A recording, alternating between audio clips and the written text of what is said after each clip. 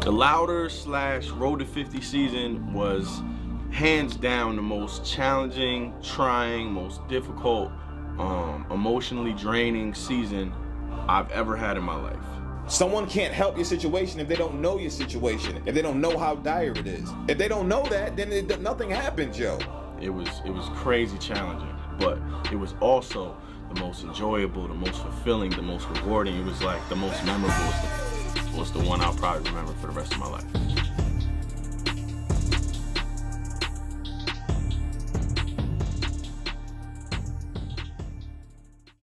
You know, if there's one thing that you'd like to have and want to feel is at least in the last game, you want to feel like you go out kicking and screaming. And you know that you're right there. And I think 2 years in a row, it didn't feel like we went out kicking and screaming. So the Year of the Horse season ended with a disappointing loss no one was expecting to the Colts, first round exit for the Broncos. And I remember being in the stands and being like, why is this crowd so dead, man? After the game, we got to my boy Bingham's house, and I said to him right then and there, I said, I got to get in the stadium. But it was right after the Year of the Horse lost that we decided that we haven't been doing enough. We got to get in the stadium where we can have the biggest impact. Once we decided to do that, we started to work out the details. We figured we were going to do an actual campaign, call it Get Louder in the Stadium, do an online petition where people could sign it and the Broncos get an email like, hey, I want to hear this music in the stadium. I think it'll help the team win. And every time someone signed it, they get the album for free. So once we were clear on that, we got the domain, did all that technical stuff, and we just started working. I be in my work shoes, cause I be out here working. I'm trying to be the best that does what I do, so I gotta put that work in. You know, you gotta be all the way turned to the ad-libs. Got all the cameras on the kid. Woo, feeling a little bit intimidated. Whoa, whoa! Let me you gotta stop pushing the button. That's what's hurting my ears. That is the button. Is your volume coming in here too? I love ad-libs. This is literally the most fun of the whole joint. What up? Okay, that sounds good. Let's chill. Okay. Houses, studios, fences. Do it again. God, I say magnificent. I love doing them dumbass ad-libs with big words. That's just the illest. My team, my team, my team, my team, my team. Hold it down like. Yeah, now let me do like 3 stacks of that. Exactly same. Watch, you gonna see it. My team. Live, yo. This nigga on a low key with That's how Key do. Hold it down like gravity. My whole team full of stars like the galaxy. Yeah, day one since day one. I mean I've been around waiting for the magazines. Put it on the line for my crew. Every day I grind for my dudes. Brand creator. I didn't stop rap. I never stopped rapping. Yes, you did. I just don't put it out to the world like that. It's the first time I've ever heard Key rap. And that shit was sick. If the video man could fucking rap like that, the DJ got to.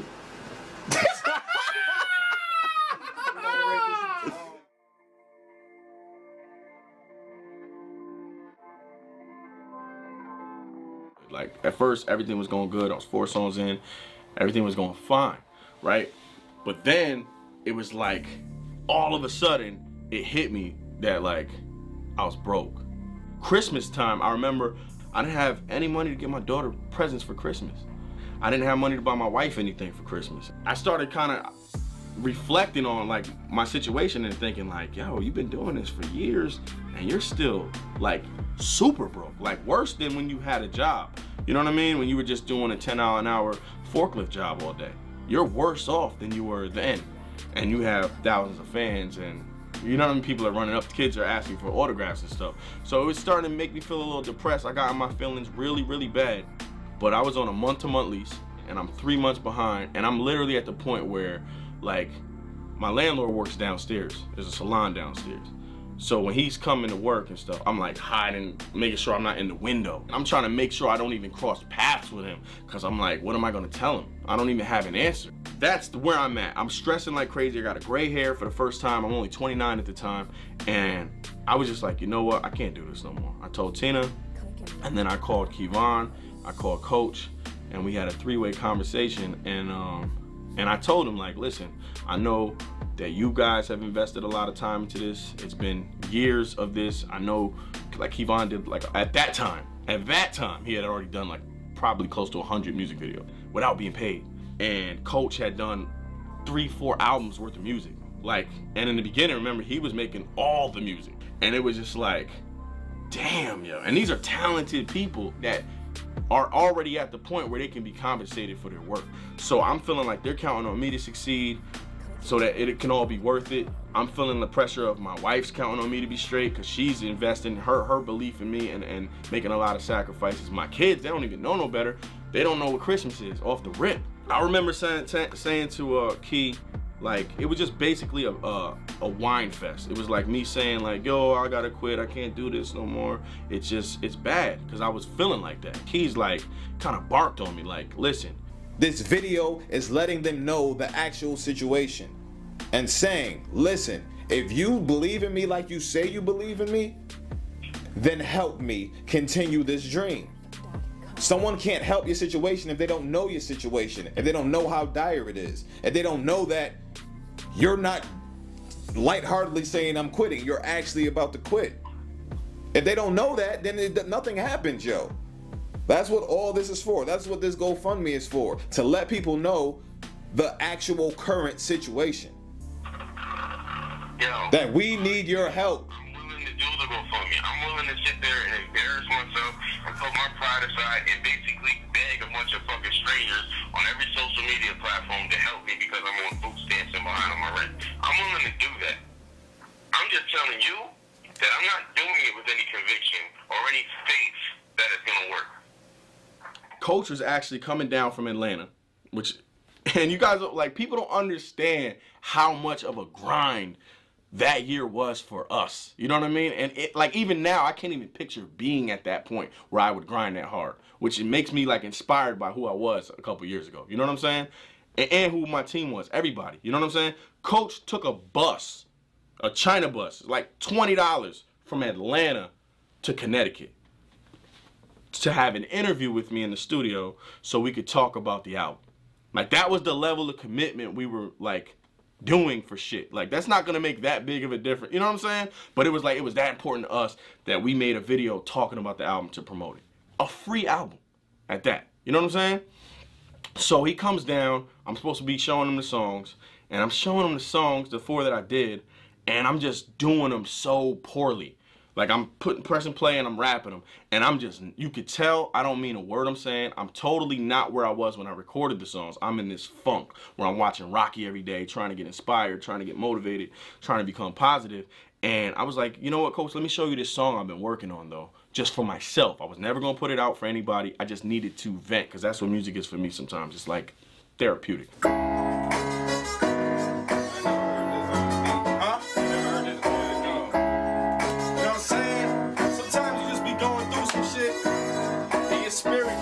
So broke, your spirit starts to feel broken. You ever been in that position? That's kind of where I'm at right now. My current situation is crazy. I'm starting to get impatient. I'm really getting sick of waiting. I jumped out the window later with my face on the pavement, floored with amazement. I genuinely thought that I would make it. Who was I kidding? Now every other day I'm thinking about quitting, but while I'm on the floor, I'm doing push-ups, trying to get strong and not sure that I can do this much longer. I'm running out of stamina. Maybe I just need a manager. The music sound professional, but pockets still amateur. Smiling for the camera, cause I don't wanna let them see me sweat. I told myself that I would never have regrets, so I chased my dream full force with ambitions of world tours. See this movie that told me the world's yours, and I believed it wholeheartedly before, but that was then. Nowadays I'm not so sure, Lord, I know I gotta get through it, to get to it, but I'm not sure I can do it, cause right now I'm going through it, and I'm starting to lose my will. It's hard to have a dream when that dream don't pay the bills, Lord, I know I gotta get through it, to get to it, but I'm not sure I can do it, cause right now I'm going through it, and I'm starting to lose hope. It's hard to hold it all together when you're always broken. When you're struggling with finances, and you're struggling to find answers, the only thing you left with is questions. Then them doubts start creeping in, and then you start to wonder, can I even win? Hold up, who's that looking at me funny? Oh, that's just my landlord, he's looking for his money. And I'm trying to find a way to get it, but but it's like it's playing hide and seek. I'm a couple months behind as we speak. I've been ducking them since Thursday. Man, I'm stressing in the worst way. Only 29 and got my first grade. I'm really thinking about quitting. I got a family now, so my situation's different. Can't deal with the pressure of them being evicted. Maybe with a 9 to 5, I can at least get them presents on Christmas. I mean bugging cause I'm a film. Plus it's hard to crack a smile when you're truly broke. Lord, I know I gotta get through it. To get to it. But I'm not sure I can do it cause right now I'm going through it and I'm starting to lose my will. It's hard to have a dream when that dream will pay the bill. Lord, I know I gotta get. Kevon ends up using that verse and the conversation we had when we were on the phone. He videotapes it. He's at his house. He just has the instinct to just videotape his cell phone. You know what I'm saying? You even hear in the video start, you hear the focus thing and everything. You know what I mean? In the audio. And he videotapes his cell phone and then uses the footage from such a raw performance clip in the studio that, like, you might not be able to tell from the video, but like I was getting chills, Coach was getting chills, people getting teary-eyed, like it was real, and I was trying to keep a straight face, like I said in the song, smiling for the camera because I don't want to let him see me sweat. But it was so raw, and when Key decided, yo, that's gonna be the video, and once I saw it, because I told him I don't have any faith that it's gonna work. Once I saw the video, I was like, damn, I would help that guy. I started having a little faith. I did start thinking it was gonna work, and when it did, it was like, wow, you know what I mean? The emails I got from people that were like, don't quit. I had this one dude, I'm not gonna say his name because I don't know if he want me to put his business out there. I know who he is. He told me, like, your music, and this is Year the Horse he's talking about. He's like, your music helped me get over a divorce. You know what I mean? So, like, I owe you so much, and I could never, like, I would never want to see you quit. And I had like hundreds of messages like this. It was little kids talking about I helped them get through bullying, and like people younger, 21-year-old type people saying like I helped them through addiction because my story. You know what I'm saying? And seeing me persevere, and like then I have people that I just know that I'm like, you're supposed to be my dude, looking at me like, yo, I'm living my dreams through you. You can't quit. I gave up on my dreams. You know what I'm saying? So I'm like, I got all this responsibility on me, but at the time it wasn't a negative thing. It was really like, wow, people really believe in me and they're invested in what I'm doing and they really, really want me to win, to the point that they exceeded the goal in 2 days. You know what I'm saying? We ended up raising enough money from the GoFundMe to catch up on my rent and pay my rent all the way to the start of football season so I could make this Louder album with that whole burden off my chest. You know what I mean? So that shit was dope. I'm almost ashamed to admit it. But about 2 weeks ago, I was thinking about calling it quits. Luckily, I didn't. Cause someone said, man, this is not the time to quit. No, to accept defeat, hold your head. As long as that clock still has time on it. The game ain't finished yet. Game ain't finished yet. The game ain't finished yet. The game isn't finished yet. The game ain't finished yet. I was out of hope, about to call it quits. I was this close to walking away from all of this. Man, I'm telling y'all, there's not much in life that could be more stressful than trying to be successful. Cause when you months behind on rent and all your time gets spent trying to find a way to change the game, but you sidelined on the bench, you like, coach, put me in or give me a beat so I can vent.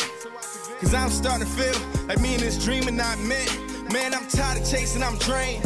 Been trying to make my own lane, working full time on this Bronco music, trying to make it my thing. And when it seemed like I should get a job, like I should go back to that forklift, you told me to keep the dream job. You said the math fanatic can't forfeit. After the GoFundMe was successful, I was able to go back in the studio with kind of this weight lifted and this new sense of motivation. It just made me feel like I gotta get in shape, I gotta work out, I gotta give everything to these songs. You know what I mean?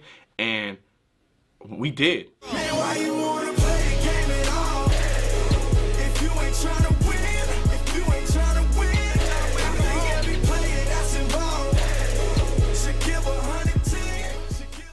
So we're prepping for the launch of the website, and we finally hit the button. Boom, we launched the website, right? Within an hour, Denver Broncos game entertainment manager, she replies to one of the fans that signed a petition, and she's like, yo, we've been getting so many of these emails. Who is the Mad Fanatic? Please just tell them to send us the music. We will listen to it. Clearly, there's a lot of people that want to hear it, right? And I'm talking about, they got thousands in an hour. In the first hour, thousands of people signed the petition. That was the kind of impact that campaign had. To the point, she emailed me like, yo, this is like messing up our servers. You know what I'm saying? Our IT department would really appreciate it if you would stop this petition and just send us the music. I'll plug you into the DJ. You can, you know what I mean? He'll listen to it and we'll go from there. I'm like, awesome, it worked. I stopped the petition. The DJ hits me up and he's like, yo, send me the music. My boss said, you know what I mean, to check it out. And maybe the next day, I think, or maybe it was only a few hours later, the DJ hit me back like, wow, really good job. You know what I mean? I see a bunch of songs that would work pre-game while the players are warming up, and then I see a bunch that will work really well during the game as well. It's in particular Orange Crush, I think could even be on the stadium, what's that junk called? The Jumbotron. Like, they should make a video for it to play during the game. So I'm hyped. I'm like, yo, everything's working. Smooth sailing. And sure enough, it was not. It was not smooth sailing at all. It was quite the opposite. So a few weeks go by, and I'm thinking, all right, I'm waiting to hear about what paperwork do they need, because I've done licensing situations before with Fox Sports for the Super Bowl, and I'm like, usually people need my ASCAP information, they need a bunch of stuff to make sure this is going to work, and I didn't hear anything back. So I reached out to the DJ like, what happened? Like, you told me a bunch of these songs fit perfect, and he's like, listen, at the end of the day, I have so few opportunities to play music that I have to go with hits. I have to play stuff that's charting on Billboard. And I'm like, I understand, but I urge you to please reconsider and think about it from a different perspective, because understand, I'm making music specifically for the Denver Broncos. That is never gonna chart on Billboard. The Broncos, unfortunately, aren't that popular. You know what I'm saying? There's probably not even 1% of the population of the general universe is a Bronco fan. So if I make music for just them, how is it gonna chart on Billboard, which is measuring all the music in the United States, and or if you're talking about national, international charts, the world. So he didn't reconsider, and we started the season anyway, and we just had to grin and bear it. But we weren't gonna give up on Louder, and we weren't gonna stop making music at all. It was still gonna be an ongoing thing that we did throughout the season, but we also decided to get started on unfinished business too. Mad Fanatic. CMF on TNF. So about a week after I talked to the DJ for the Broncos, for the stadium DJ, I'm on the internet, I'm on my computer, and I noticed that this guy named Sean Robbins from CBS just got a promotion. Now, Sean Robbins is someone at CBS. He's an incredibly talented director, producer. He has his own media company and does incredible work, like the Grammys. He produces the Super Bowls. He does like big time stuff, the Olympics.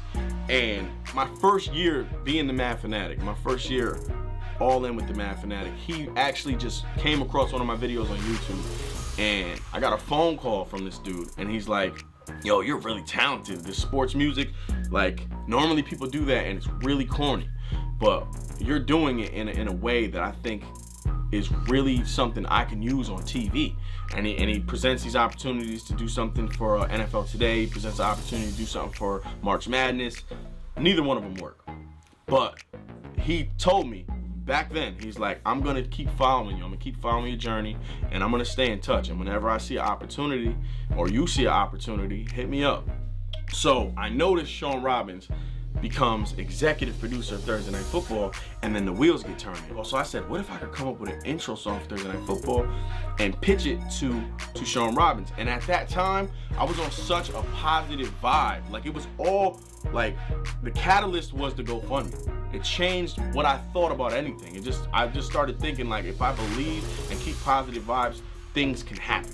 So I came up with this song, 50, that I wanted to pitch to CBS as their intro for Thursday Night Football for that whole season. I had this idea that it would be perfect to put Sierra on it because Sierra just started dating Russell Wilson, and I knew this girl that had a similar voice that could demo it out for me. So we demoed out the song. I sent it to Sierra's manager. I also sent it to Sean Robbins. Sierra's manager hits me up like, nigga, please. Yo, Sierra's manager hit me with like, yo, if Sierra's gonna sing anything, it's gonna be something, it's gonna be her own song. And I was like, okay. Like, you know what I'm saying? All right, you know what I mean? So me and G are on a train. We're on our way to Bronco Gang weekend. And G says to me, because G's artist, C. Nicole, is the one that demoed out the song. And he really believed in it. And he's like, yo, so whatever happened with that 50 song, they wasn't fucking with it, like, you know what I mean? And I told him, I said Sierra's manager was like, hell no, basically. You know what I mean? And then I sat there for a second. He said, so it's a rap, it's not gonna happen. And I said, I swear to God, this is hand to God. I said to him, but you know what though? I haven't heard anything back from Sean Robbins yet. So it could still be a possibility, right? And like 2 more minutes go by, we continue to have a conversation about something else. And I look at my phone and I have an email from 2 minutes ago from Sean Robbins. Like, it must have been like exactly when we were talking about it. He emailed me about the song. Open the email and it says, I like it, let's talk. It's the whole email. And I'm like, gee, look who just emailed me 2 minutes ago. And he's like, that's God, bro. That's God. That's crazy. 12th man, please. Yo, tough man ain't nothing. Got nothing on my game. Nothing. We rep a team, no. So Sean sends the text, I like it, let's talk. And then I'm excited. I go to Bronco Gang weekend. It's pretty dope. And then me and Key go to Seattle and have a terrible, terrible experience. Yo, Seattle was so bad, it's funny, yo. Now, you know what I'm saying? Now it's funny. It might even have been funny then, because it was that bad. So, all right, let me rewind a little bit. The first time I went to Seattle a couple years ago, right after we lost to the Super Bowl, I lead this march of like 500 Bronco fans through the downtown singing, yo, 12th man ain't nothing, got nothing on my gang. And I'm thinking Seattle's the littest place ever, yo. It's sunny. It's like great weather when I'm there. It's like I'm having this vision, this view of what Seattle is like and how turned up their fans are. So I'm like, yo, Key, we gotta go do another Bronco Gang weekend in Seattle. We're thinking it's gonna be bananas. We go to Seattle. First of all, we miss our flight. It starts off terrible, yo. We miss our flight. We're like 5 minutes late. And we have to get another flight that's like $300 each. We're like, bruh. Like, off the rip, we're like, should we even do this? You know what I'm saying? But we're like, yo, we promoted a concert. It's gonna be lit. People waiting for us. They're counting on us, right? So we're like, F it. We'll cough up the bread. We'll go to Seattle. We go to Seattle. We go to do the concert. There's 12 people there. And I'm like, yo, I'm about to perform for 12 people. What kind of shit? You know what I'm saying? I just spent a ton of bread to perform for 12 people. So then I'm like, you know what? Maybe it's the weather. We're not blasting loud yet, you feel me? It's like we're starting to make noise and we're trying to get louder. But at the same time, I feel like showing that we're not there yet is dope too, because that's the conflict, you know what I'm saying? Like, everything about what we're doing is like the kind of shit we should capture, yo. I don't remember how we ended up trying again. We ended up paying for the DJ again and saying, yo, we're gonna do the junk after the game. Terrible idea, right? So people are tailgating from 10 o'clock in the morning already. Weather, it's terrible. It's rainy, it's cold, it's just soggy. It's a preseason game. You know what I'm saying? The game's not even important like that, kid. It's a preseason game, yo. We come back and we have to do this show after this miserable, long, wet, cold day. Son, so we tried to do that junk again yesterday. Got the DJ on board. We were at the tailgate telling people to come, but it was raining, it was bad weather. It wasn't like a crazy popping tailgate like it was, you know what I mean, when it was nice out. But it wasn't dead either, you feel me? It was at least 100 people at the tailgate. I ended up performing for like 5-10 people, and it started off just 2 people. I wasn't gonna perform at all. I was about to leave. Like, yo, I ain't even doing this junk, right? But then this dude hit me with the guilt trip. Like, yo, I went all the way out to see you in Bronco game weekend. Then you changed the date. You know what I'm saying? Pushed it back a week. So, and I couldn't change my trip because, I mean, he booked vacation, paid for the hotel, everything. So he ended up missing me there. So he was like, yo, man, my kids are huge fans. Could you just perform like a joint? Like, just me and you, I'll do it with you. You could just rap to the YouTube video. My wife take a video for kids. You know what I'm saying? And I'm like, yo, first of all, this is a crazy request. Let's acknowledge that. You just asked the artist to give you a private concert. But at the same time, I am a man of the people. You know what I'm saying? And I don't take myself that serious. And I really did feel bad that he missed out on Bronco game weekend. And I said, you know what? Fuck it. Put the beat on to the DJ. I kept the DJ, paid him. You know what I'm saying?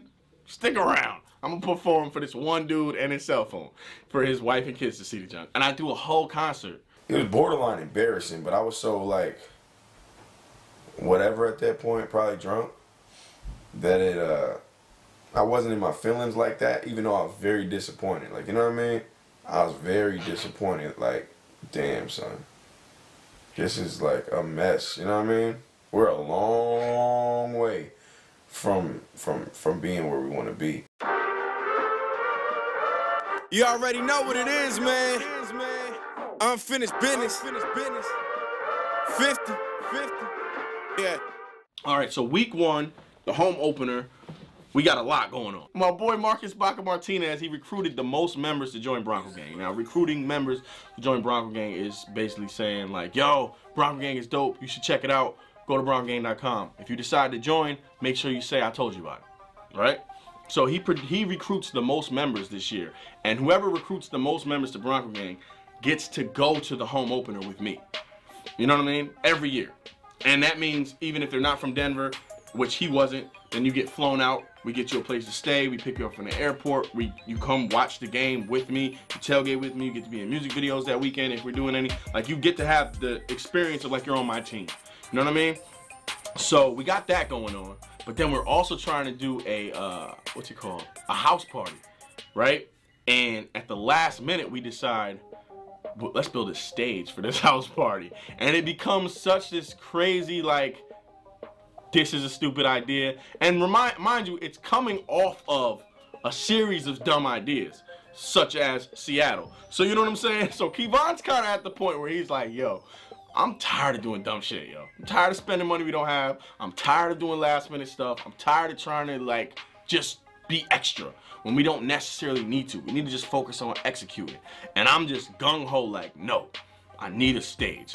I'm saying the time is the most valuable thing we have, and rather than spending 4 hours estimation on building a stage, we can still rock the performance at a house party without a stage, and then work on the best solution to getting a stage after. But why you don't?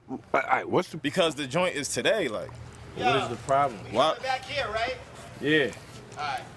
I want to know what it's affecting. What is that 4 hours? What is being affected by the 4 hours we're spending on the stage? Because mind you, you're not spending 4 hours on the stage. I'm not spending 4 hours on the stage. He ain't spending 4 hours on the stage. He ain't spending 4 hours on the stage. We're having the people who are dedicated to building the stage spend their time on the stage. We haven't even gone to set up the mics, get the check, get the show list. We'll be doing that while the stage is being built. Cool, and it's last minute shit. Once again, yo, when you do shit last minute, when a problem does occur, you don't have time to rectify it. Last minute shit should be a last resort, not the first option. I feel like everything Settling for some bullshit should be the last resort, not the first option. Yes, you are. You doing the inside now? No, I'm doing it outside with a stage with lights. To me, you gotta be willing to invest in yourself. You gotta be willing to say, I'm spending money I don't have. I'm up against it. Because I don't think dope is aight. I think there's a clear difference between dope and aight. And I think if you keep doing aight and expecting it to have a dope response, you're kind of wasting your time, yo. They're all kind of like, bro, we ain't gonna make a stage in a couple hours. You know what I mean? And I'm like, yes, we can. Because the line was long and she kept on messing up, when Drew went back to grab another piece, she gave us a 10% discount. Then we just didn't have enough money, so she gave us another discount. Wow. We only paid $120 for all this when it should have been $150 or something. So that's what I'm saying. Ever since I've been saying when we came down here, it was everything has been falling into place right. God is working for us. Literally. God is working in our favor right now because He knows what it is, man. So we should have agreed with Andrew to begin with, because he was most likely. It's over, man. Yeah. We got the stage. We about to build. Andrew, you was wrong, but you right. But I was right as fuck. I just saying that's what it is. You know what it is? I got a different level of faith in my team. Yo, I just know we can pull off anything. Yo, let's pull it off, man. Let's do it.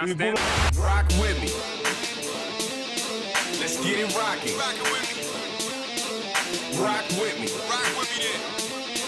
Let's get it rocking. Let's get it rocking. Let's get it rocking in the rocking. Let's get it rocking in the rocking. Let's get it rocking in the rocking. Let's get it rocking in the rocking. Boy O'Lean. We're gonna make it happen. We're about to build our own stage. We're gonna turn up in Thornton. Come out here, get turned up before the game. We'll see you tomorrow at the tailgate, but tonight is the night. And we're shooting a video for louder fans. What's happening? Where we at and who we picking up and why we picking Pulling up to the Denver International Airport to pick up my boy Marcus Baca Martinez, the track star, young whippersnapper, recruited more members than anybody else in Bronco Gang last year. Shout out to him. Hopefully he has a good time. I know when we left the party, it was just getting started. Hopefully it turns up a lot more than what it was. But I'm sure he's gonna have a hell of a time chilling with us, especially never been going to a game. Your first experience, you coming with your boy. I think you should have a hell of a time. You'll meet some video shoots. You're gonna go see the game with a diehard. And just shout out to him, man. It's dope when you have people get other people, like you love something so much that you tell other people about it and they want to join. You know what I mean? I respect that, and it helps us grow. And we're all about trying to grow, so.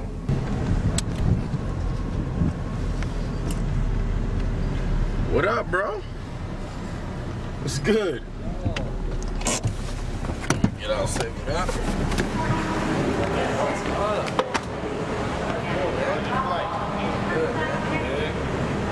Track star.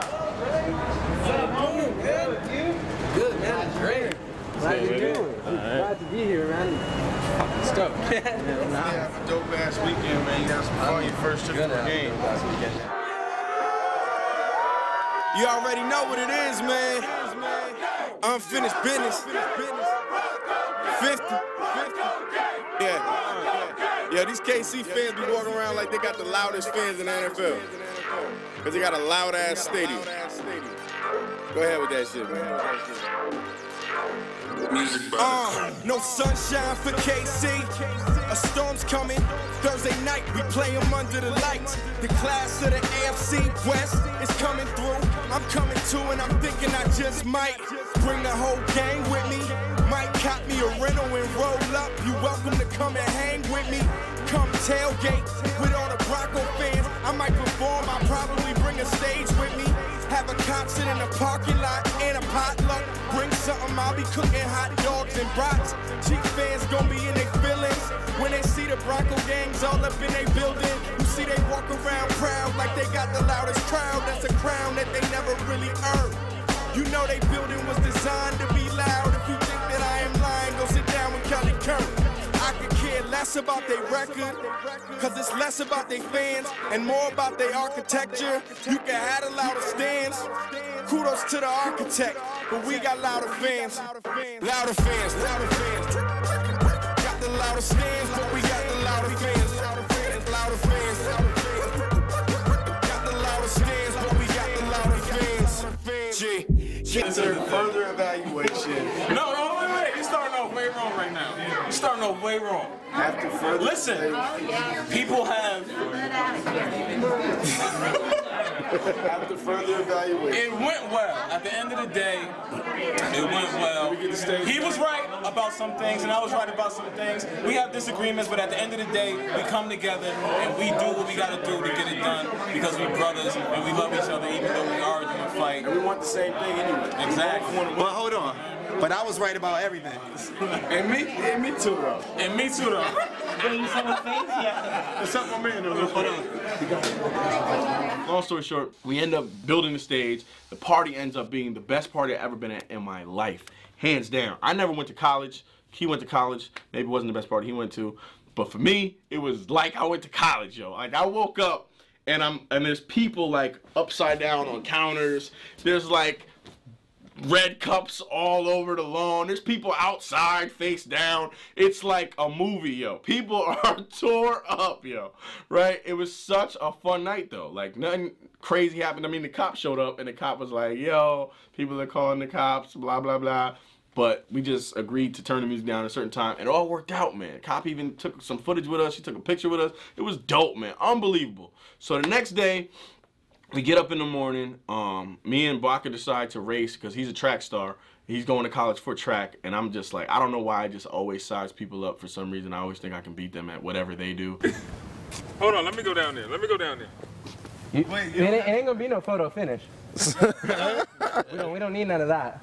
It's not gonna be a photo. I'll backpedal like the past 5 yards. No, you won't. I'm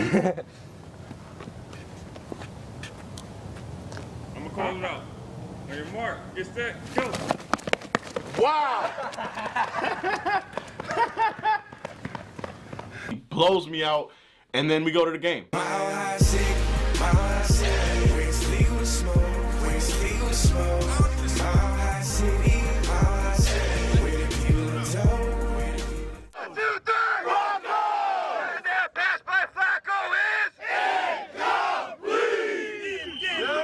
You having fun so far? This is insane. It's everything I dreamed it would be, man.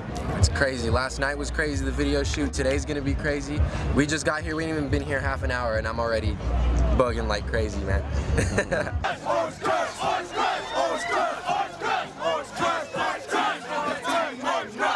go, get up!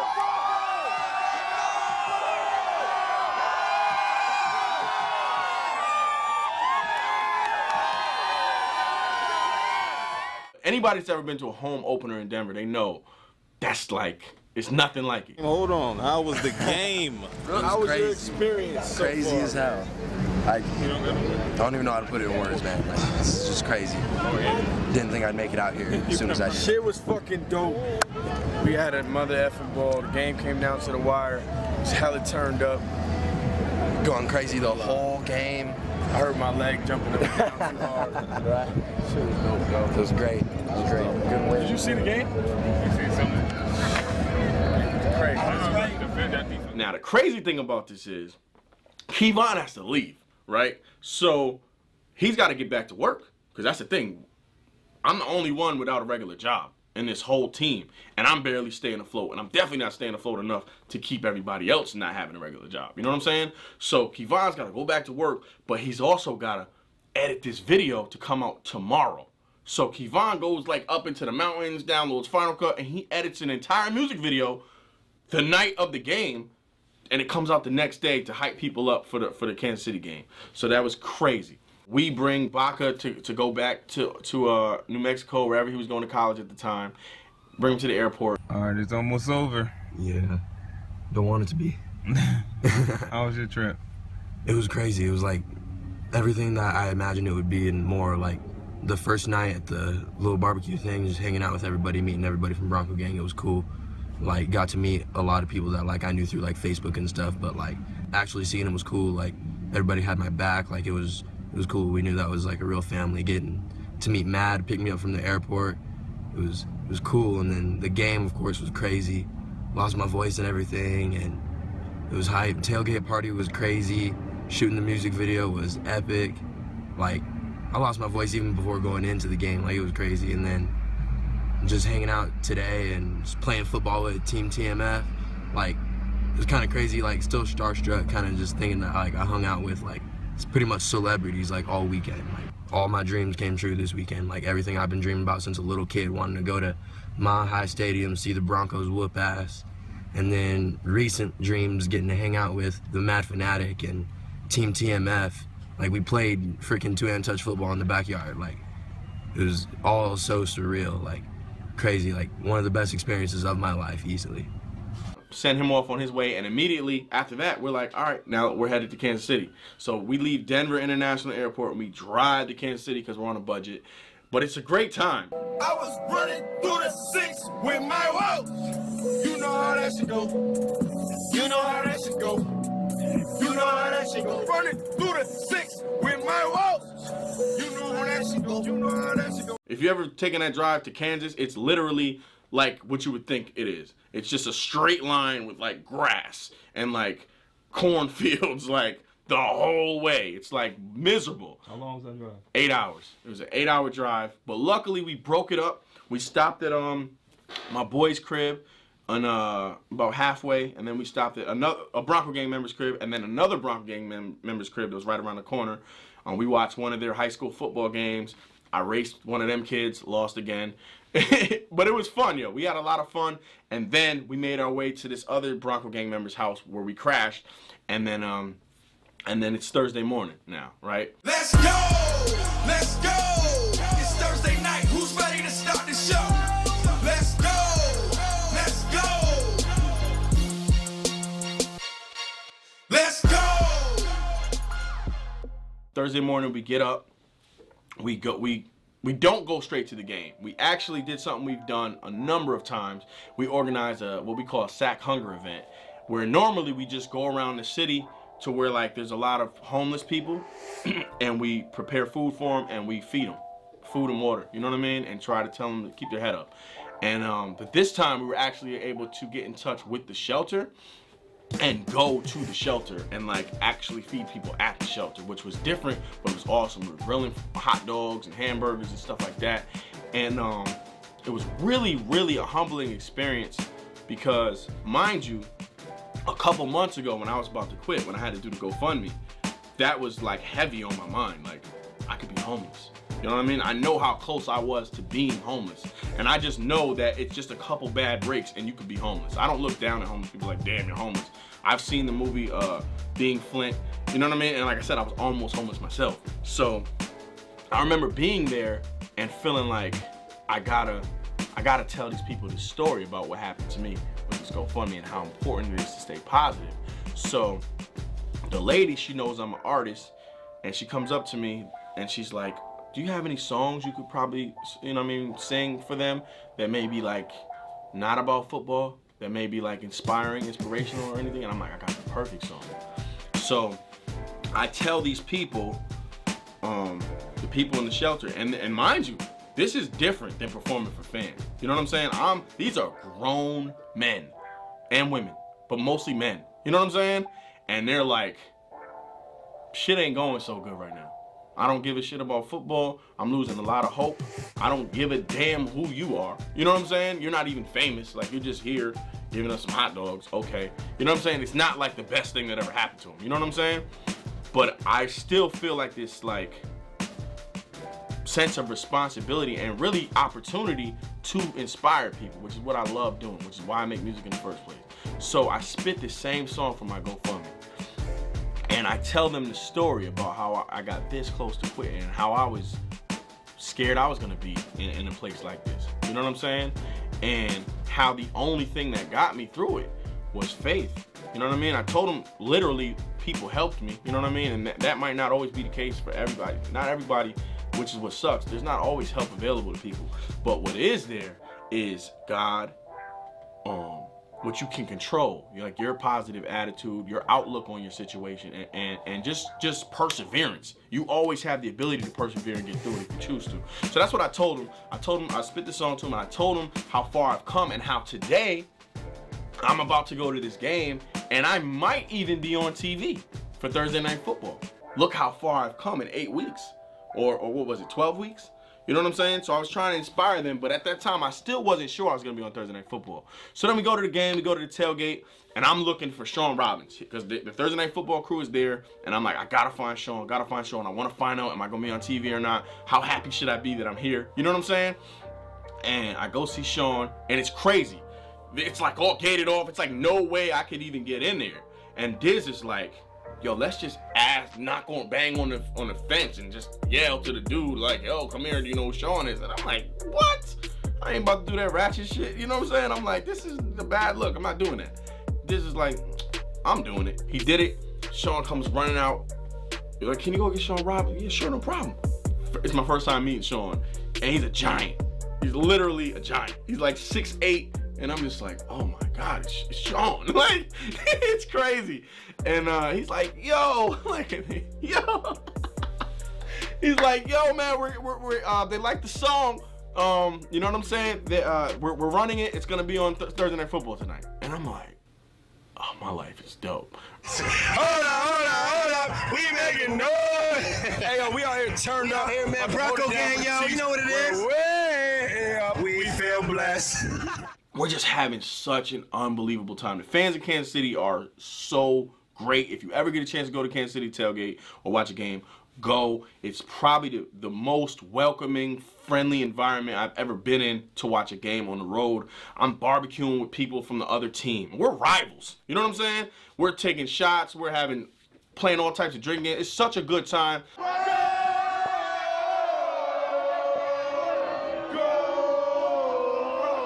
We surrounded in this motherfucker. Me and G are just feeling like on top of the world. And the rock is regular. The bombs bursting in it. The Broncos win the game in thrilling fashion. They forced a fumble. The last play of the game, Roby runs it back, touchdown. It was just such an amazing, amazing experience. And then we leave the game, and Kevon, who's home, he Instagrams the clip of recording his TV showing the Let's Go intro. This is the first time I see it. And I remember his Instagram clip saying something like, we went from YouTube to national TV. And I remember feeling like, we're doing it this year. This year is gonna be special.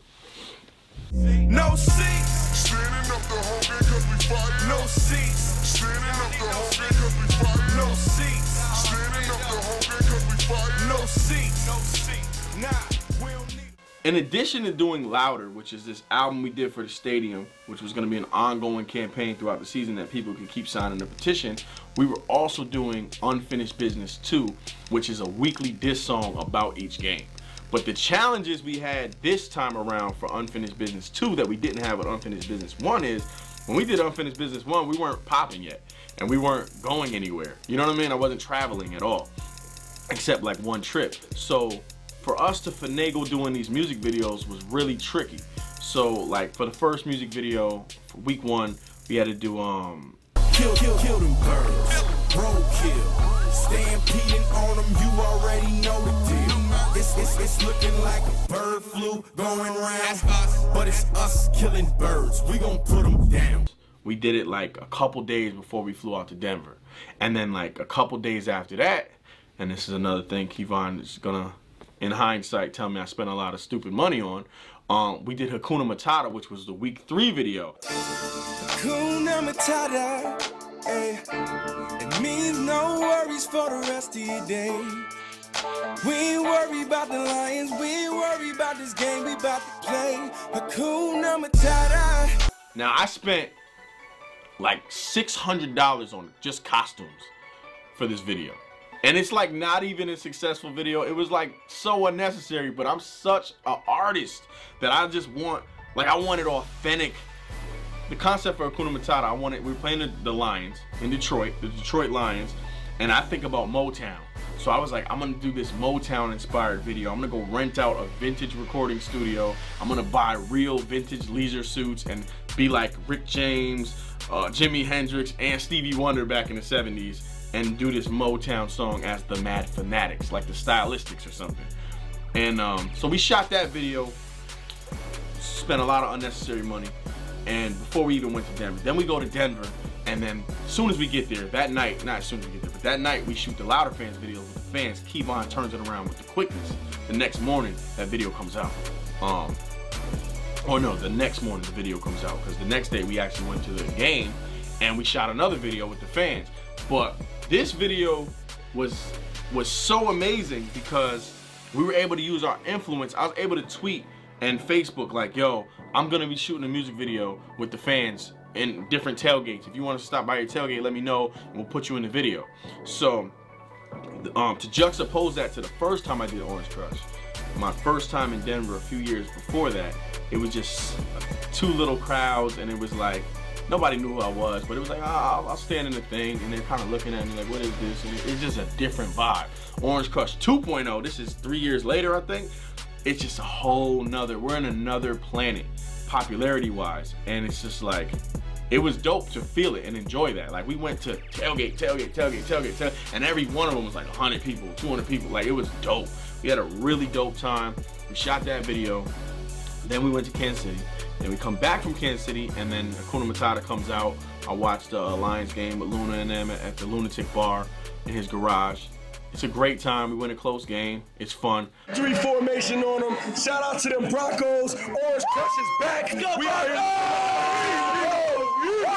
I fly back to Connecticut. Finally, get a little bit of rest. I've been gone for like 2 weeks. I got a wife, a kid, and they're like, of course they miss me, and I'm sure my wife is overwhelmed, but I'm just tunnel vision this season, right?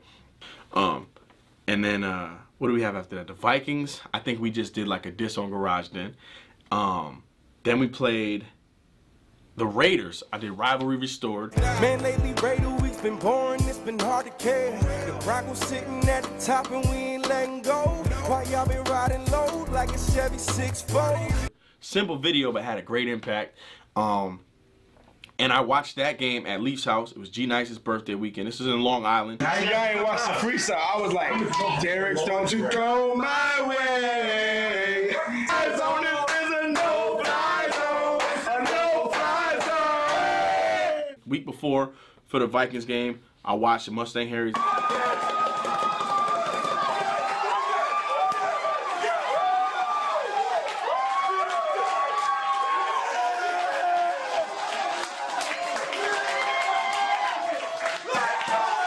This is New York. These are all just an hour-and-a-half drives for me. These aren't big deals. So I'm basically staying local. I'm going home the same day to see my family. Fast forward. It's gonna be a long day today.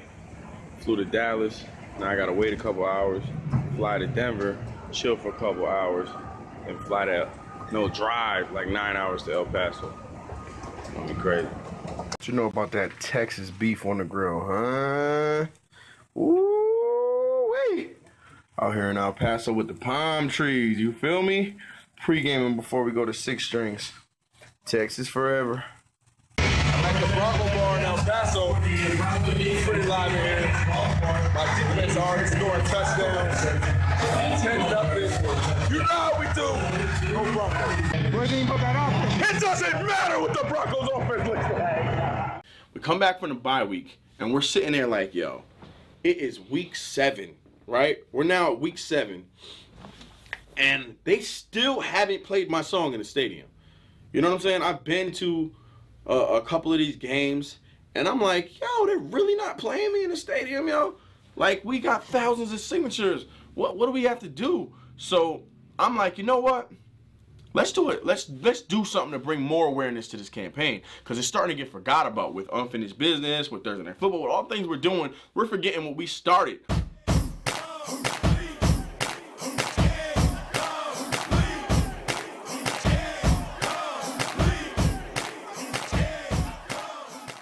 We came into this year like we're going to get louder in the stadium. That was our #1 goal.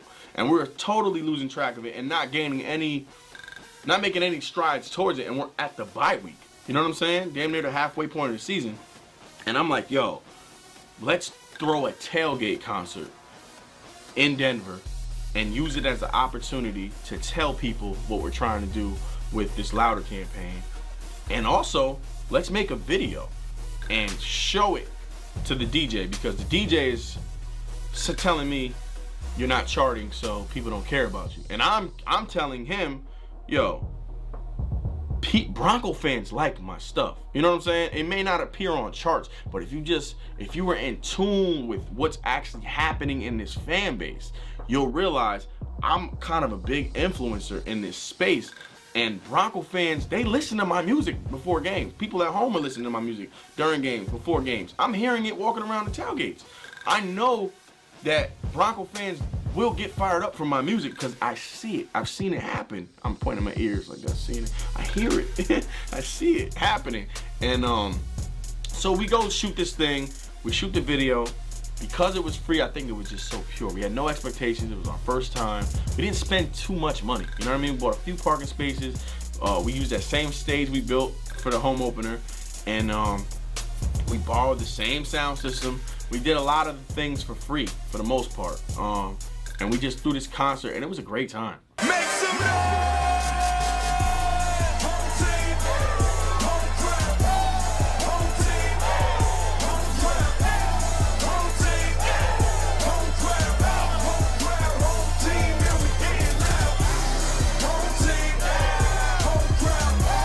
everybody was saying we're going to lose this game against the Packers, and we came out there and we dominated them. And the crowd was so hyped. The TV kept talking about it. They were like, I've never heard the crowd this hype. And I felt a little bit responsible for that. You know what I mean? Because like I said, those hundreds of people that are at this tailgate that are just on 100, they're going on there and they're being on 100 in their different sections.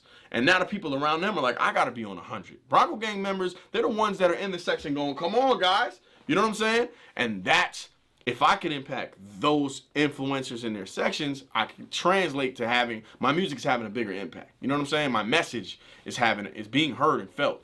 And I felt it early on. But like, just a little bit. I'm mad they don't play me at the stadium. Mad cause I got mad songs and they still not playing them. I give them something special every weekend. I'm mad Bobby Message never rescheduled that meeting. We beat the Packers. The tailgate concert was fairly successful. It was a great time. The energy was dope. I'm sure that energy translated into the game. And then after that, he edits the footage and we send it to the DJ. And I get an automated message like, y'all check it out when I get a chance. I'm on vacation. So some time goes by. We get to the Kansas City game.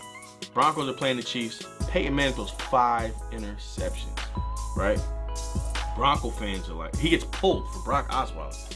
And Bronco fans are kind of like, Osweiler doesn't come back or anything. There's no miracle. Doesn't win the game. And I remember the vibe of the building being like, or of the vibe of the fan base being kind of like, damn, it might not be our year again, yo. It's always bad luck. Peyton hurt his foot, and it just wasn't looking good. But that didn't stop me. I still was hyped. I still was like, you know what? I'm rocking with 17. If 17's starting, I'm rocking with 17. Hey, listen, that was a tough loss today. I'm smiling because I've been drinking tequila all day. But I got one question. Who got the Brock jerseys for the loader? I need one of those. And I think his first road start was he starts the next game against the Bears. I go to Chicago. Soldier Field. You know I got that flag on me. The salute the service and the other one. Rocking the Brock. Go Broncos. Cold as shit in Chicago, man. But great city. I have a great time. We win the game. I couldn't sit down because my seat was frozen. See, I'm not even gonna clean my seat off because I ain't sitting in it. No seats. Standing up the whole game because we fired up. I had to stand up, no seats. You know what I'm saying? But I had a good time. Went to Chicago, ate some deep dish pizza, which is trash. New Haven pizza all day. You already know. Hey, I thoroughly enjoyed this game. That stadium was awesome. The game was dope. Shout out to Brock, he played good. Shout out to the coaches. Shout out to the defense, maybe the players when they needed to. Man, let's keep this thing going, man. Hey, let's keep this train rolling, boys. Broncos on 3. 1, 2, 3. With every single step it gets harder. The closer that we get, it seems farther. It's a fun time. We win the game, but it's cold, and it was kind of a draining trip, yo. And I'm still in my feelings. I'm like, yo, it's been 4 weeks since we did this concert. You know what I mean? They still haven't played louder in the stadium. And I'm like, damn, man. So, but like I said, I never had a moment or a day or two where I could be like, yeah, foot off the gas. There was never no point in that season where the foot was off the gas. But I reached a point where I was about to take the foot off the gas. This week, week 12, it's Patriots week. Normally I'm super hyped. It's the Patriots week. But in this case, I'm like, we're playing Tom Brady with Brock. It's not the same. It's not Peyton Manning and Tom Brady. It's Brock. I'm a little hyped, but I'm a little drained, and I'm a little mad. We still haven't played my song, and I got a concert coming up in Colorado Springs, and the ticket sales aren't doing good, but I gotta go anyway. So I go to the studio to do my weekly diss song, and I get to the studio, and I'm like, I don't got it, yo. I was gonna do this song called Killing the Patriots. You know what I mean? I was gonna use Shannon Sharp's sample when he said, call the president, we're killing the Patriots. And I just didn't have it in me. Like, I felt like my vibe was just not there. So I'm like, do I leave and go home and just not do a video this week? I call Coach, and Coach tells me like, yo, do something. You know what I'm saying? You can't, it's too early to run out of gas. Like, it's week 12, yo. You know what I'm saying? Do something. You gotta start something, finish it. You know what I'm saying? So I go back in the studio. I start going through beats. I'm looking for something to do. And I come across this beat that sounds like a train. And I thought about what Brock said after the Chicago game in the victory press conference. He said, let's keep this train rolling, boys. And so I put that in the beginning of the song, and I started recording the song, and I'm like, big shoes to fill for the boy Brock. Just heard he got denied, let's get the boy a shot. And somehow the song ends up going from me talking about Brock to me talking about adversity to me talking about myself and the adversity I'm experiencing and feeling like they still ain't playing my CD, they still ain't playing my music in the stadium. And I actually went home with a different song. I went home that day with the song that like became completely about me. You know what I mean? And I remember I shared it with Coach, and Coach was like, yo, you're on to something. I think you can do a little bit of that, but instead of just making it about you, like parallel it with what's going on with them. So I go back to the studio and I make this song, but now I'm feeling a little bit more like, I end up writing a better third verse. This third verse, I kind of snap myself out of the funk and I say like, I know it's just another obstacle, gotta find a way to stay positive, gotta keep believing it's possible. And it ain't no different in football. You know what I'm saying? It's just like this life shit, like Peyton Manning getting hurt, got Bronco country in a crisis. The point is, life will test you, especially when you're trying to be the greatest, but adversity makes you appreciate it. And I remember when I wrote that song and I felt like, nah, embrace this. Embrace the struggle. Embrace the, they not playing it yet, but stay positive, yo. Don't give up and say they're never gonna play it. That's where the shit goes left. I didn't do that. I made the song, I snapped myself out the funk. So anyway, I fly to Denver. 1 year anniversary, everybody. Hey, DA Dub, Callaway Commute, what? CallawayRadio.com, look who we got in the building tonight. What's that? What? Man, everybody. Bronco gang in the house. Let's get it. So I go do the interview with DA Dub, and we're having a good time. You know what I mean? We're having a real good time. And like we're just having drinks, we're talking real candid, it's real loose. It's not like a lot of these radio stations I go to and it's kind of really professional. I'm not saying it was unprofessional, but it was a loose, chill vibe. And I remember I was starting to really snap out of my funk about the whole, they're not playing my song and stuff like that. And I got a text message that said, from Craig Turney, like on Facebook. And it was like, yo, I just watched the video. It is pretty dope. Send me that song. I'm gonna see if this is something they would let me use. I don't know if they will because it's got the crowd noise in it and like you're actually giving prompts for the crowd to get hype. I don't know if this will be compliant with the stadium rules, but we'll see if I can make something happen. So I'm like, wow, this might be starting to turn around, like how the song, keep believing it's possible, and it might still be possible. So it wasn't like, yo, it's gonna play this week or next week, but it was like, the wheels are still turning. Y'all know what it is. Music by the code. Mad Fanatic.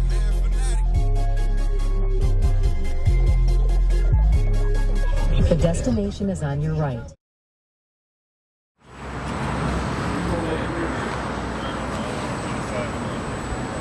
Where we at, Diz?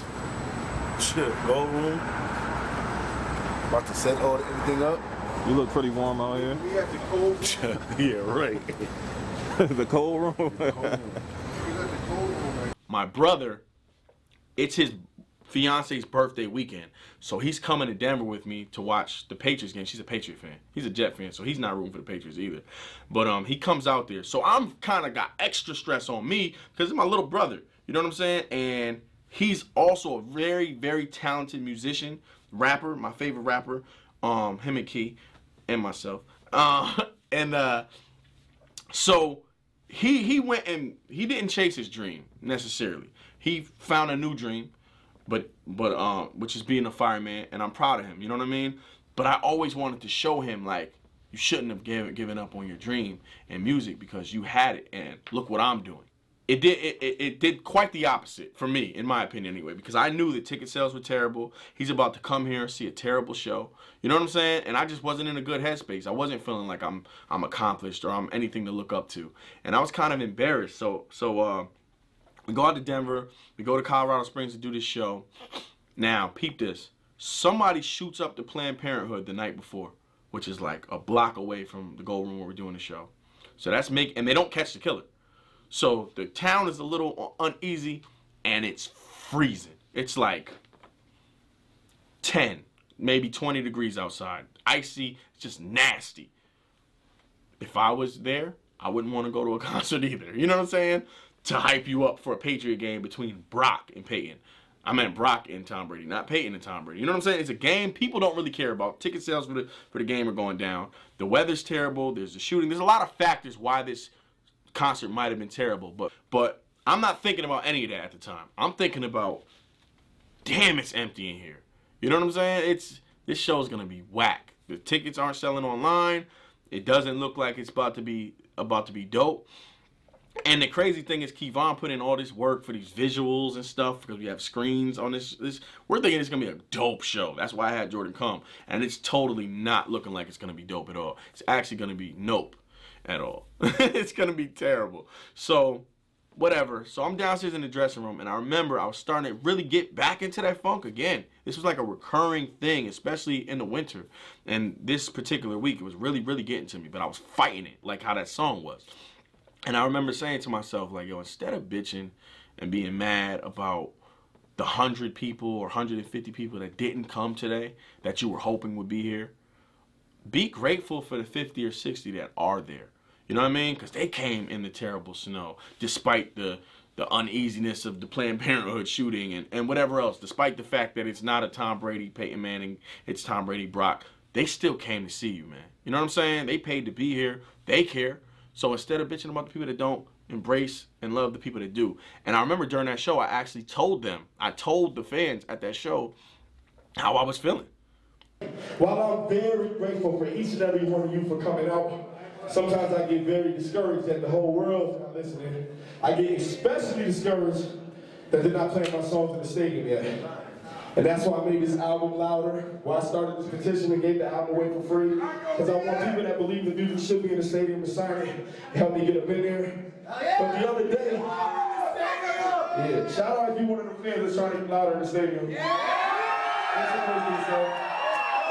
I definitely appreciate it. I know most of you guys signed a petition, if not all of you, because you guys care, and I appreciate that. Not that the people that's not here don't care. I'm sure a lot of people care that aren't here. People can't make it. There's a tragedy. I know it's winter time. There's a lot of things going on. But the bottom line is this. Sometimes in life, we get tested. Sometimes there's obstacles put in front of us, and you can either stop, you can jump off the train and say, I give up, or you can stay the course, keep riding that train, and eventually you'll get to that trophy or that goal you're trying to attain. And I feel like the Broncos are going through the same thing right now. Amen. The last couple of years we came about this close. We felt like we had it, and then we had some adversity. This year, Peyton Manning is hurt. We feel like we got everything we need. Peyton is hurt. And you know what I feel like? I feel like we're being tested. And it's just going to make us stronger.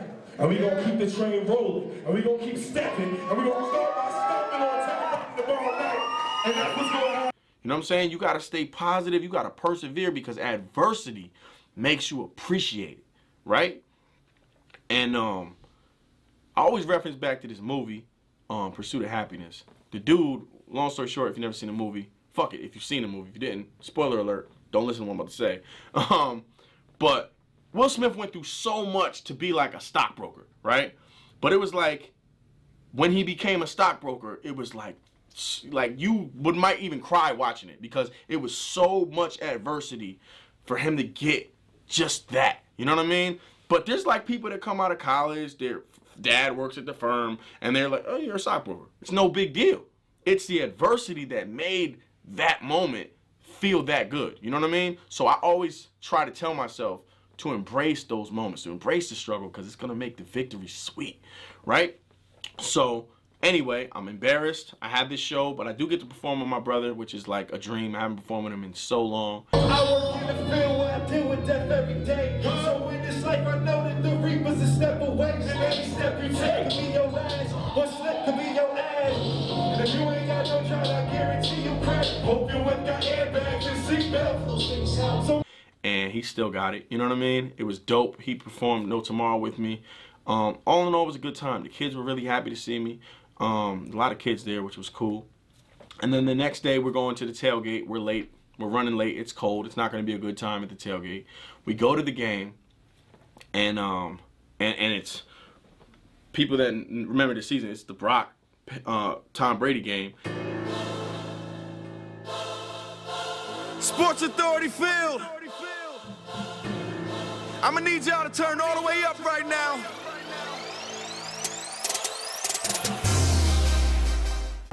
It's game day, so you already know where I'm at. We in Lot D. Come holler at us, man. Oh, you don't know where Lot D's at? Oh, it's over there in the Mecca, Denver. Sunday Night Football. Let's get it cracking. And it's snowing, but it's like, it's not the freezing miserable snow. It's the soft, fluffy snow. And they gave us these orange mustaches to break a Guinness World Record of wearing the most mustaches at once. The whole crowd's wearing orange mustaches, and it's the fourth quarter, and the Broncos need to stop. You know what I hear?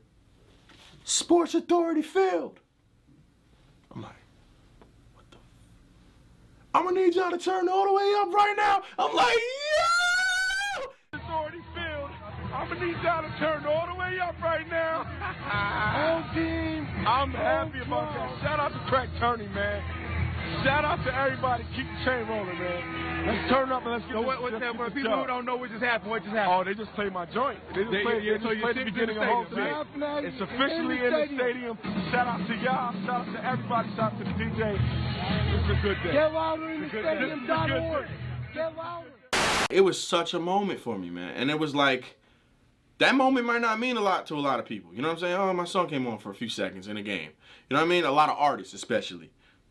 Because it was easy for them. You know what I'm saying? But because of all the adversity, the years of making songs and feeling like I'm overlooked and just not appreciated, and that it was such a hard fight. We had to get thousands of signatures. We had to make a tailgate concert, send a video. We had to convince the DJ to give me a chance. He plays the song. Crowd goes nuts. I'm damn near about to cry. Broncos come back and win the game. And the DJ texts me. And he says, oh my God, the crowd went nuts. He's like, I definitely need to use that again. You know what I'm saying? So that's the part of the story where we got louder in the stadium for the first time. And it was amazing, man. And for the rest of the season, they kept playing it, yo. In the biggest moments, I felt like it was the NOS when you're racing. Like when they really needed a stop, it was like, play that home team by the Mad Fanatic. Crowd will wake right back up. Rocking flip-flops in December. That's because I'm about to take a trip to San Diego. Heard it's 87 degrees. Might as well be another bye week because it's gonna be a day at the beach. California, no time to party. California, no time to party. In the city of La Jolla. We end up winning, we win at San Diego. We out here turning up, Lot P3, San Diego. Y'all don't know nothing about that. Look at all these Bronco fans out here, man. Look at all these Bronco fans out here, man. We out here. We rap. Y'all see what's happening to them Patriots right now. When we beat undefeated teams, they stay there for a couple weeks. And that's home field coming to Mile High. Home field advantage is coming to the day. Woo! Music brother. Coach Basic, what up? What's good? G-Nice, I see you. I see you, baby. Ted's getting on my nerves. We end up putting ourselves in a must-win game with the Bengals. We win in overtime. It's an awesome game. And now we're in a situation. Peep this. This is the last game of the season, right? Brock's still been starting, and I'm playing the San Diego Chargers. And before we play the San Diego Chargers, the Patriots are playing the Dolphins. And if the Dolphins beat the Patriots and the Broncos beat the Chargers, the Denver Broncos will be the #1 seed in the playoffs and have home field advantage throughout the playoffs. If the Patriots beat the Dolphins and the Broncos don't beat the Chargers, the Broncos won't make the playoffs at all. You know what I'm saying? It's 1 seed or not in the playoffs. It was crazy, right? I'm in Philly. We out here in Philly on Walnut and Ogon. You know what I'm saying? Ogons, yeah. We just left Papa Joe's. We had us a little Philly cheesesteak.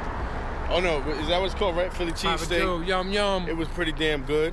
You know what I'm saying? I'm born and bred off them subs, steak and cheese subs, lettuce, tomato, mayonnaise. It was a little different, but it was very good. That Amoroso bread, what's it called? Amoroso bread was pretty damn blazing. I liked it, yo. I go out to Philly to watch the game at another Bronco Gang members' man cave, one of the best man caves, if not the best man cave on the planet Earth, right? Mile High East in Philadelphia. Super diehard. Shout out to Greg. Shout out to my boy Joseph. Shout out to all my Philly dudes, man. Anthony, everybody. Jason, the whole Philly squad. So we go out to Philly to shoot this video. Initially we were gonna shoot Time to Be Champions with G Nice, but G couldn't go because he had a show. So we ended up shooting, what did we shoot? We shot Kicking and Screaming. We shot Kicking and Screaming, which is the first song on the album. And after we lost the year before, John Elway was like, this team didn't go out kicking and screaming. So that was why it was the first song on the album. And I knew that, yo, this is a do or die game. It's basically a playoff game. If we win, we're the 1 seed for the playoffs. If we lose, we're not in the playoffs.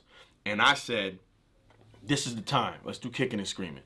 We go out to Philly. We have this whole idea. We're going to do training. We're going to run up the Rocky steps. We're going to do the whole thing with these Philly dudes and involve them and then watch the game out there. And we did, and it was a great time. And before the game even started on Sunday, before our game started, the Patriots played. They lost to Miami in Miami. I knew they were going to lose. I was telling everybody, Patriots going to lose. Time to get the 1 seed, have home field advantage for the entire road to 50. Go Broncos.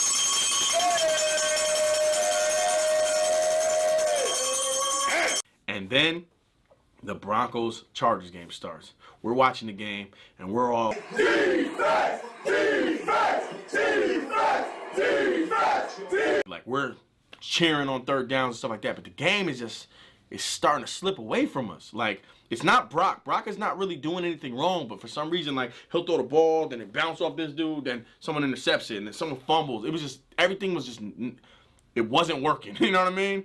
It started off dope. Demaryius Thomas with like an 80-yard run, but then after that, it's starting to slip away. And then my boy Peyton came back. Gary Kubiak had the wherewithal, Google that word, pretty dope. He had the wherewithal to say, yo, this team needs a spark. I'm gonna bring Peyton back in the game. Peyton comes in. Here's the iller part.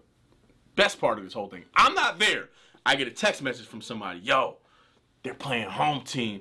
As Peyton's coming back, crowd's going ballistic. They were already gonna go ballistic because Peyton, but now they was like, yo, add home team to this junk. We want a spark, let's get one. You know what I'm saying? This is the coach saying we need a spark, and the DJ having the wherewithal to say, let's times this spark by 2 and throw that Mad Fanatic on. You know what I'm saying? Crowd going ballistic. Peyton comes in, we run.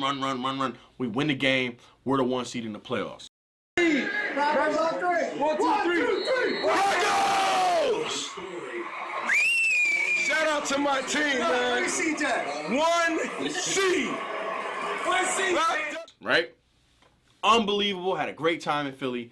I go home and I'm like, yo, I got a week of rest. We got a bye week because we're the 1 seed. You know what I'm saying? And then we got to go to Denver and we got to finish this business. You know what I'm saying? We got to go. Louder's in the stadium. Now what's left? We got to win the Super Bowl. You know what I'm saying? Peep this. Now, everybody knows about superstitions when you're a football fan. I had one. I realized before during the Bengals game, which is the week before this Chargers game, I want to make sure I tell you this because I think it's kind of important.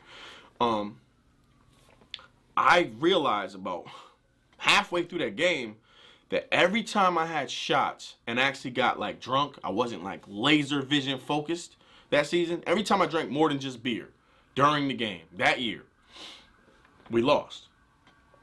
Like it hit me clear. I was like, yo, the Raiders game I drank, this game I drank. You know what I'm saying? All 4 games that I drank, we lost. So I said in the Bengals game, when I was watching with G Nice at his house, I said, yo, I can't have no more drinks. Give me some water. And I started drinking water. Come back, we win in overtime. Then same thing with the San Diego game. I wanted to make sure I threw that in there. I had that same superstition. So I'm watching this game like damn near sober, like completely. I'm not even having beer. I'm like, yo, maybe I had a couple beers, but no shots. I'm saving the shots for after the game. We win the game, and then I'm like, all right, we got to go to the playoffs. Playoffs, baby. Mad Fanatic. Still as it is. So the playoffs roll around. And it's like I can't even take advantage of the bye week because we have a bye week. We're not playing. I still got to wait till after these games during the bye week to figure out the song so I can get it out on time. So we watch the game. Like, it's late. It's like 11 o'clock at night. The game ends. I know we're playing the Steelers. I literally payback. It just instant. I was like, that's the song I'm doing. It's going to be called Payback. Because Peyton Manning's back and they beat us. We're going to get some payback against the Steelers. I hate the Steelers. Always hated the Steelers. And so I rushed to the studio. I make this song in like an hour. It don't matter. They gave us the Chiefs, we would have smashed the Chiefs. They give us the Steelers, we smashed the Steelers. You see where I'm at. That new Steeler joint coming ASAP. Like, write a song. I don't even write anything. I just go in the booth and do a song in an hour. Payback, Sunday afternoon. Tell Ben that payback is coming pretty soon. See, last time my quarterback had plantar fasciitis, but everybody knows what healthy Manning is the nicest. It's got to be past midnight. I sent Key the song, and I'm like, yo, we got to get this video out. It's got to come out hot. Like, already, he got one. I wanted that impact, and I know how important it is to be relevant so I can set the tone for this week with the fans, right? Key's like, all right, I got an idea. There's this abandoned building this dude took pictures at before I know of in Bridgeport. We could probably try to figure out to sneak into that abandoned building and shoot this video, just be a gritty video. And I'm like, all right. So we get up in the morning, we go to this place. It's crazy. There's like cops around. It's like, it feels like we ain't gonna get into this abandoned building. We in the abandoned building, looking for a nice location for this Steelers video. And find, like, there's so many dope locations in this building. And we shoot a video, and then Key's like, all right, I'm out. He goes home, edits the entire video, and uploads it in like 4 hours. Gets a song like a little after midnight, has the idea for where the location's gonna be, go shoot the video, and I think he even took behind the scenes pictures. I think you had another dude taking behind the scenes pictures or something too. Even arranged for behind the scenes photo shoot while we're doing the video. It was crazy. And then we get the video out and people love it, right? To the point, the biggest hip hop station in Denver, what is it? Not KS 107.5, is playing it on the radio. They had me do a radio interview. We need that home field advantage to be real. Let's turn all the way up. Payback in the Mile High. Steelers about to catch one. We going to the AFC Championship. Playoffs, baby. Man, fanatic. Steelers it is. Payback, Sunday afternoon. Tell Ben. They're like, how the hell did you get this done so fast? You had to have it done in advance. And I'm like, no, I did not. You know what I'm saying? It's, how could I have had it done in advance? You know, even they said that. They're like, well, how could you have had it done in advance? You know what I'm saying? How many views did it get in 24 hours? Oh, man. And we got 100K. Yeah. On Facebook, it reached more than 100,000 views. On YouTube, it did well as well. Probably 60,000 or something like that. It did really well for our numbers. You know what I'm saying? It was like, it's popping and it's on the radio. You know what I'm saying? In one day. That happened in a day. Yeah, in a day, which is crazy for our numbers. You know what I mean? It's off the charts. And I just remember, and then we said, yo, throwing another tailgate concert. Because every time we throw a tailgate concert, we win. 1, 2, 3.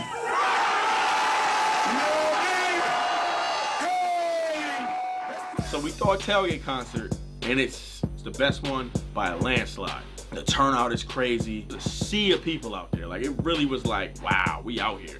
We have our tailgate concert. We go in the game. We win. It's dope. And they play home team again.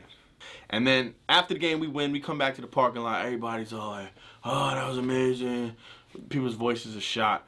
And somebody tells me, I think it's Danielle Persley. She's like, yo, let's do another one. Let's do a tailgate. You got to do a tailgate concert for next week, too. You know what I mean? For the AFC Championship game. It's the AFC Championship. And I'm like, I don't know, bro. It's an early game. It's going to be hard to swing it. And luckily, somebody held me down with put up some bread for us to do it. And we made it happen. So, peep this. We won the Steelers game. It's dope. The tailgate concert was dope. And now I'm staying in Denver. Back to life, Back to reality, about to finish the patch, give them that fatality. Flawless victories, what I'm thinking, I'm speaking honestly. Beat them last time, I don't think it was an anomaly. Before we even left to play the Steelers, we did the Steelers video. And then I said, yo, if we beat the Steelers, we're going to either have to play the Chiefs or the Patriots in the AFC Championship game. But I'm going to be in Denver. He ain't going to be able to get out there. I'm going to have to make a video for both of them. Right? So we do this Mortal Kombat video to finish him. And we shoot both versions of the video. So we shoot a version of the video dissing the Chiefs, telling them how we're going to win the AFC Championship. And had Diz dress up in the Chiefs uniform as a ninja fighting me in Mortal Kombat. And how we're gonna finish their season, finish him like in Mortal Kombat. And then we did a version for if we play the Patriots, Diz dressed up in the Brady jersey.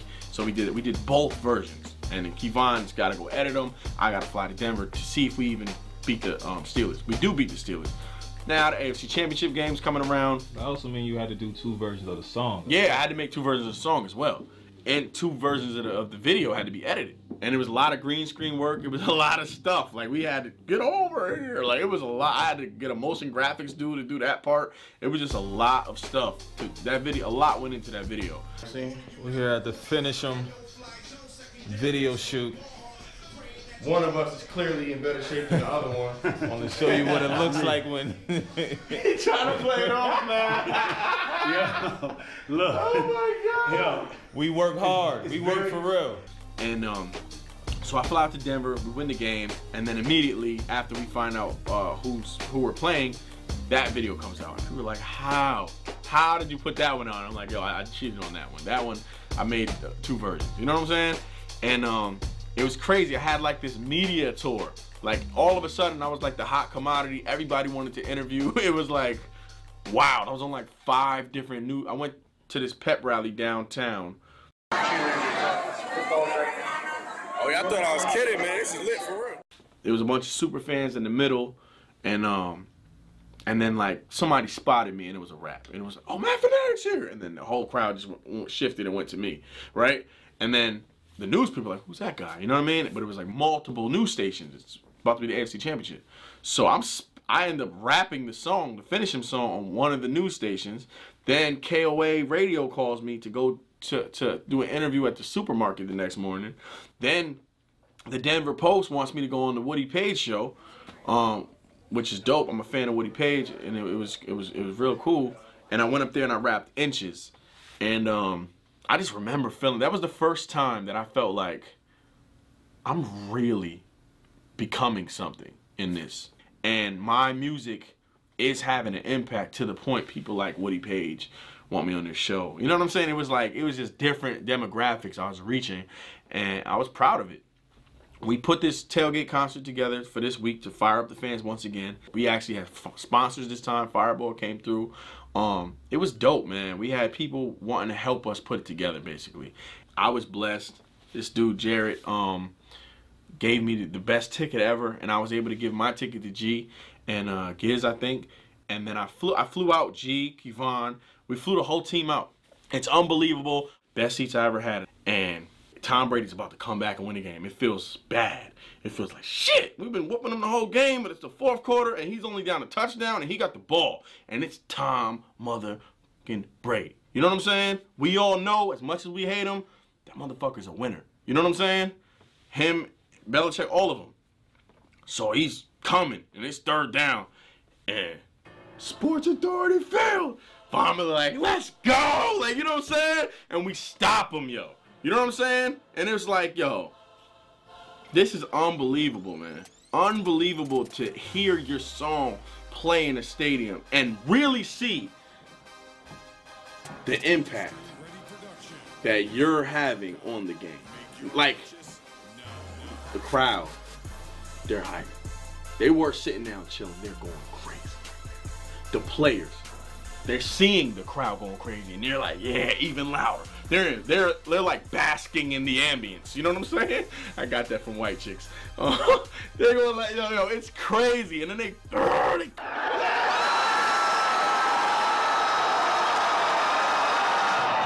I had a major impact on that game, yo. And I was proud of that. And the team won, and obviously they did their part, and so did the rest of the fans. The fans were as loud as I ever heard them in my life. It was amazing. I had dreams of confetti. I had dreams of confetti. I had dreams of confetti. And I'm still going to continue to have those dreams. I'm still going to continue to have those dreams. I caught some confetti. It felt like the dreams of confetti I had years before when I had dreamed about it. When Von Miller said I had dreams of confetti, and I'm going to continue to have those dreams. And I was like, yo, I had the same dream, fam. We're going to the Super Bowl. We're going to the Super Bowl. We're going to the Super Bowl. We're going to the Super Bowl. We're going to the Super Bowl. You know what I'm saying? So when that confetti came down in the AFC Championship and I got it, and I'm like, this was my dream, yo. It's surreal, man. It felt like a dream. The whole year was so magical. But enough with all the kumbayas and all the great things. The job wasn't done yet. We still had a Super Bowl to win. We started down this road, chasing rings and a trophy. Chasing rings and a trophy. We try to bring the trophy back to Denver where it's supposed to be. So I'm like, what can I make? What can I make? What can I make to get the fans ready for this game? And I decided I'm going to make a song about this entire journey, about the road to 50. You know what I'm saying? On top of, I'm going to make a diss song too. You know what I'm saying? I'm going to make a diss song about Cam Newton. Ended up making Here Kitty Kitty, which is dope and funny. But I needed to make a song that was more important than that. That really told people like, yo, there's going to be adversity in this game. We were prepared and ready and battle tested. We were used to adversity. We embraced it. You know what I mean? We had it every week. So I wanted to make a song that reminded everyone of that. So I made Road to 50. I got G Nice on the song. This other dude reached out to me named Jeremy Nichols, great singer that lives in Colorado. He actually sent me the beat and everything. He was like, yo, I think we should make a song. And I was like, I got it. I wrote a hook for him. I sent him the hook. I demoed it out. He sang the hook. This song, I talked about the entire road to 50 and how battle tested we were and how people thought we wouldn't beat the Packers and how people thought it was a wrap when we had to bench Peyton and all of this stuff. You know what I'm saying? Then G Nice brought it home with what we're gonna do to the Panthers now. You know what I mean? But I caught us up to how we got to this point and this moment, and Road to 50 went bananas on Facebook, yo. And we're like, yo, we are making an impact. Everybody in the Bronco fan base is listening to this song. And that's why that season was so special to me, because it wasn't about me. It was about the fans, and it was about the Broncos, and it was about trying to have an impact. I remember being like, yo, I'm gonna put out an album. The Unfinished Business 2 was Road to 50. And I was like, I'm gonna put out Road to 50. I'm gonna package it up as an album, because before I wasn't selling it. It was just, I'm just doing this for free, yo. A lot of this stuff we're doing, we don't even have a plan to make money. You know what I'm saying? It's literally, we're doing it because we want to win and we just want to make an impact, right? So I decided, yo, I'm gonna package this album up as something people can purchase, and I'm gonna come out with a t-shirt or something. I came up with a Vince Lombardi t-shirt, like with the lyrics of my song Vince Lombardi and black and gold. And I'm gonna do everything I can in my power to try to get a ticket to the Super Bowl. I have to be there. I felt like I invested too much into this year to not be a part of it. Peep this. I wanna say probably after the Brock game, I bought a flight to the Super Bowl. Week 12. I said, I'm buying a one-way flight to San Francisco, right? And then I'm buying a flight back to Denver for the parade. I bought both these flights in advance. I know damn well I don't have money for a ticket to the Super Bowl. I don't know that the Broncos are even making the playoffs, let alone going to the Super Bowl, but I just believe it that much. I knew we were going to the Super Bowl. Music we don't roll with no pussy cats, know a lot of teams that's got those. We don't roll with no pussy cats, know a lot of teams that's got those. We don't roll with no pussy cats, know a lot of teams that's got those. So I have a flight to go to San Francisco for the Super Bowl, but I don't have a place to stay. I don't have a ticket to the game, and I don't have transportation, and I don't have money. So I'm like, what am I gonna do? So I tried to sell a t-shirt. I packaged Road to 50 as an album. I tried to GoFundMe because I've seen other people doing it. I probably made $200, $300 on my GoFundMe, if that. That wasn't gonna give me a ticket to the Super Bowl or transportation or a place to stay. So I go on Facebook. I'm like, yo, anybody just live out there I could crash with?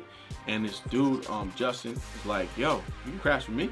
So I got a place to stay now. I still don't have a ticket. And I'm like, you know what? Fuck it. I got a place to stay. I got a flight. I'm at least gonna be in the vibe and get to go out there. So it's like, it's gotta be a couple days before I'm flying out. And I get a message from Colton. And he's like, yo, he screenshot it to me. He's like, yo, somebody's trying to get in touch with you named Rosanna Berdal. It seems like she's trying to give you a ticket to the Super Bowl. I hit her up. She tells me this story. And it's basically like, long story short, peep this. Bronco Gang weekend, right? And I started this story. I mentioned how we had Bronco Gang weekend. It was pretty cool. To me, that's what it was. It was pretty cool. We played football. We had our, you know what I mean, family day cookout. It was no big deal to me. It was like, I'm connecting fans and we're hanging out, right? So her son was at Bronco Gang weekend. And her son is an affluent kid. He you know what I mean? He's not really, he lives a great life. You know what I mean? They own multiple businesses. They're doing very well for themselves. And she tells me this kid who's traveled to Milan, who's done so many things in his life, went to my Bronco Gang weekend, him and his dad, and they just played football together. His dad was saucing people up too. He was nice.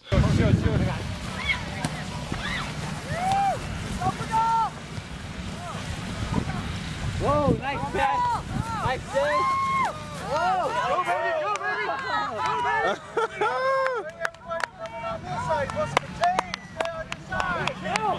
Damn. Got the whole thing on. Got it, nice. The whole thing. Yeah. Oh man, got speed. Oh yeah, I know. I can't breathe. Hey, it wasn't for nothing. I got the whole thing on camera. Get my block. They played football. He gets in the car afterwards and he says, that might be the best day of my life. Right? So she tells me this story like, yo, my kid who's done so much said the best day of his life was playing football with his father. You know what I'm saying? Chilling at your Bronco Gang weekend. Like that thing that you do for people that you don't get anything for, that you just buy hot dogs and hamburgers and, you know what I'm saying? And I don't do it by myself, don't get it twisted. But that thing that you do without the expectation of anything in return has touched so many people, including us, that when I saw that you didn't have a ticket to the Super Bowl, I was like, damn, I wish I could give him one, right? So here's the thing. My husband is a referee for college basketball, used to be the NBA, and he has friends that are referees in the NFL. One of our referee friends has a ticket that he has access to that he can get for face value that he doesn't need, and he's willing to give it to us for face value because they can't sell them for, they can't mark them up. You know what I'm saying? So when I saw that, I said I had to get you a ticket, right? So I have a ticket to the Super Bowl. You know what I mean?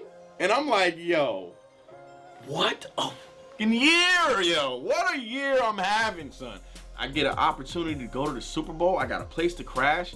I got my ticket for $70 back before anybody knew we were going to the Super Bowl. I was like, hey, it's only 70 bucks. I'm buying it now before it turns into a $2,000 ticket. You know what I mean? I know we're going to the Super Bowl. And if we're not, I'll lose the 75. I didn't even get the little extra fee you pay so that you can refund it if you end up canceling your trip. I said, nah, because that might jinx it, yo. You know what I mean? I don't have any doubt that we might not go. I want the non-refundable, and that's it. And you know what I mean? And I bought my flight, and I knew we were gonna win the Super Bowl because I also bought a flight to go to the parade.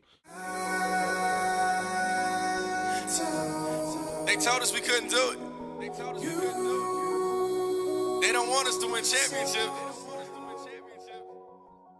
So anyway, it's the week leading up to the Super Bowl. I go out there, I meet Justin for the first time. Justin's dope as shit. You know what I'm saying? First thing we do, we go to the package store. He's like, yo, you drink? I'm like, yeah. He's like, yo, you like tequila? I'm like, yeah. It's like, Don Julio? Yeah, like, how'd you know? That's my drink, you know what I'm saying? So that off the rip, I knew it was gonna be a dope week because I'm like, we got Don Julio. Anybody that knows me knows, like, I really drink Don Julio. That's my drink. You know what I'm saying? So we got some tequila. We getting to know each other. He's cool. Then I get to his house. this dude got 2 grizzly bears for dogs, fam. Burmese mountain dogs or some shit. They're like this big, and I'm like afraid of dogs. But they end up being cool, and I end up dealing with it, and I end up not minding the dogs, right? So, long story short, Super Bowl week is amazing. I meet so many people. I'm out there just having a blast. I get a message from Scott Landis in the Broncos promotional department, and he's like, yo, one of our dudes was at your at one of your tailgate concerts. I think the one for the Patriots. I meant not the Patriots, the Steelers. And we really like how you get the crowd fired up. So we were wondering if you wanted to be like the hype man for the Super Bowl pep rally in San Francisco. I'm like, me? Of course I want to be the, you know what I mean? Can I rap? Nah, you can't rap. But you can be the hype man. Just say a few words to him, get him hype. And I'm like, ah! So I go to the pep rally. I go on stage. Hey, it's looking like Bronco country in San Francisco. Oh, man.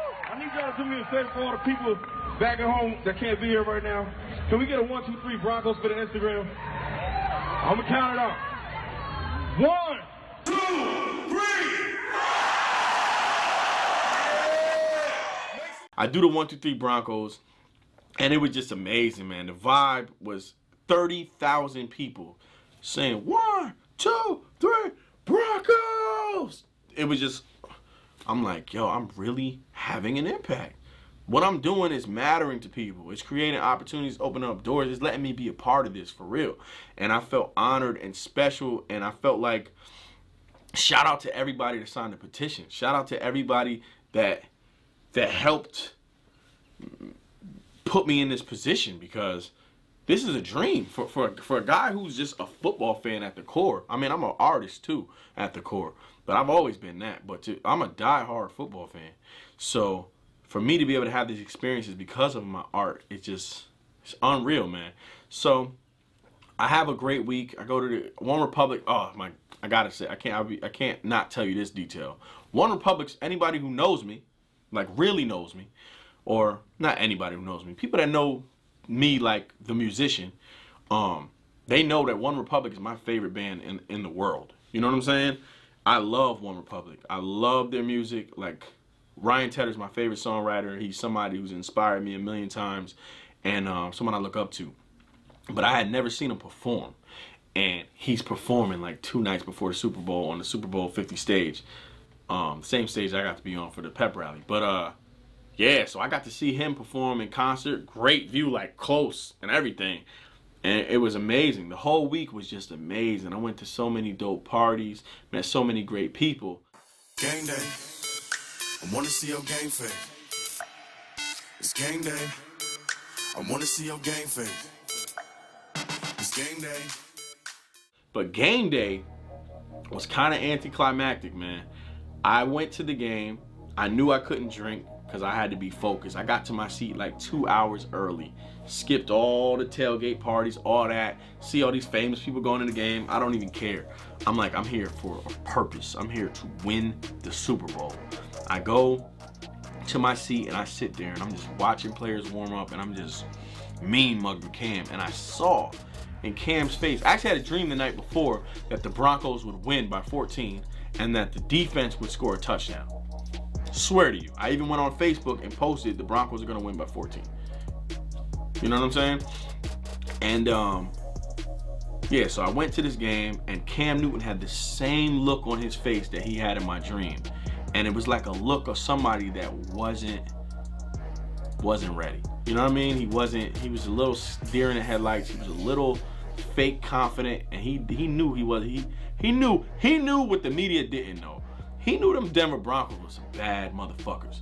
If they could put that kind of pressure on Brady, and Brady can't get the ball to people like Gronk and Edelman, how the hell am I gonna get the ball to, who are these guys, receivers? Like, I knew they were outmatched. But anyway, I went out there focused. I didn't drink. I enjoyed every second of the game. I got to watch it with Rosanna Bardal, who's a super hype fan. Give me that! That's my ball! Yes! My ball! Yes!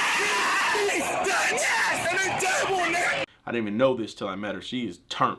We had a blast, and we kept our section live. Like, everybody else not everybody. There's a lot of people there that were just like, I can afford to be here.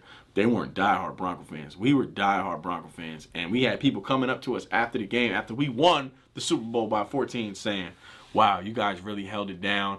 You had us fired up the whole time. Shout out to you, thanking us. And then after the Super Bowl, I got messages from people that were like, thank you for all you did on this journey. Like, there's no way you aren't a big reason why the Denver Broncos won the Super Bowl this year.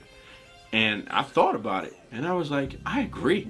And not just we. I think we had such an impact on the vibes in the stadium, on the vibe of the fan base. Like, you got to understand, we were doing a talk show, Garage Den, where we were just talking to fans about the game and just putting our energy out there. Then we're doing, people are following me on social media, I'm posting it every week. You know what I mean? There's thousands of people watching this stuff.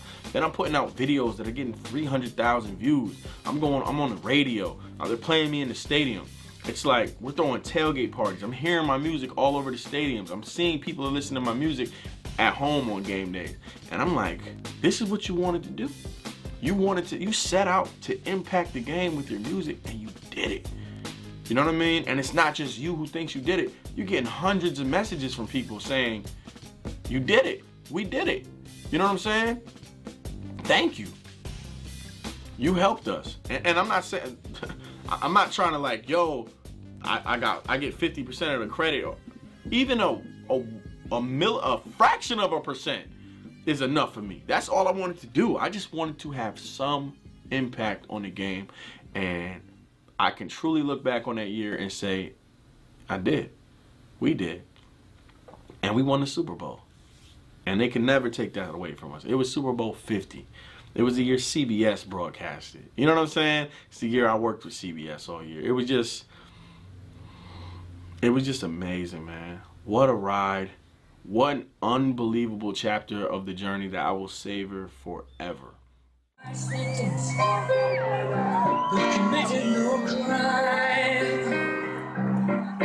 bad mistakes, I've made a few. I've had my share, kicking my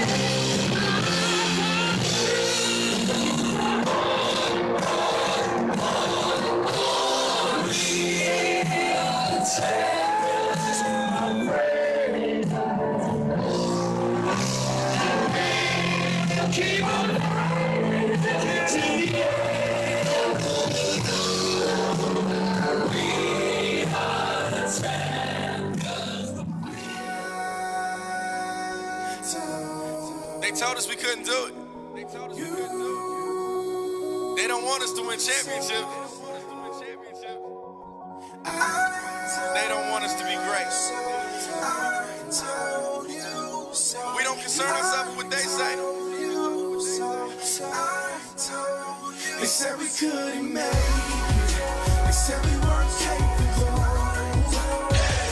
They said there's only one place that rolls.